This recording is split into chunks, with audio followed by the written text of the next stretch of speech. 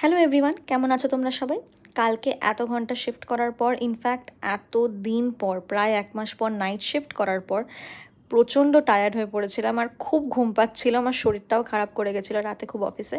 তাই বাড়ি এসে ফোনটাকে টেবিলে রেখে আর কোনো কথা না বলে আগেই ঘুমিয়ে পড়েছিলাম। 3টের সময় ঠিক খিদের চোটে চোখটা খুলে গেল। তখন ভাবলাম যে আজকেও সেই জাঙ্ক খাবো, সানডে তো কী হয়েছে, বাড়িতেই কিছু বানিয়ে নিই। অনেক দিন পরেই আমি রান্না করলাম, যদিও একদম সিম্পল পেঁয়াজ লঙ্কা দিয়ে সস দিয়ে ফ্রাইড রাইস মতো বানিয়ে নিয়েছি। তার সাথে আনিয়েছিলাম সাংগাইয়ের 8 পিসের চিলি চিকেন। তার থেকে 2 পিস নিয়ে এখনই আমি একটু ফ্রাইড রাইস খেয়ে নিলাম, রাতে আমার হাজব্যান্ডের ডিনারেও হয়ে যাবে আর আমি টিফিনেও নিয়ে চলে যাব অফিসে।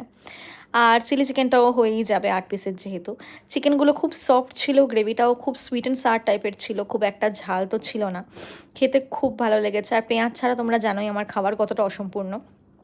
পাশে একটু সস নিয়ে, পেঁয়াজ নিয়ে, চিলি চিকেনের গ্রেভি নিয়ে নিজের বানানো রাইসটা এনজয় করলাম। আর রাতেও আমি সেম খাবারটাই এনজয় করব। আজকে ভেবেছি যেহেতু অর্ডার করেছি বাড়িতে, তাই আর অফিসে গিয়ে অর্ডার করব না।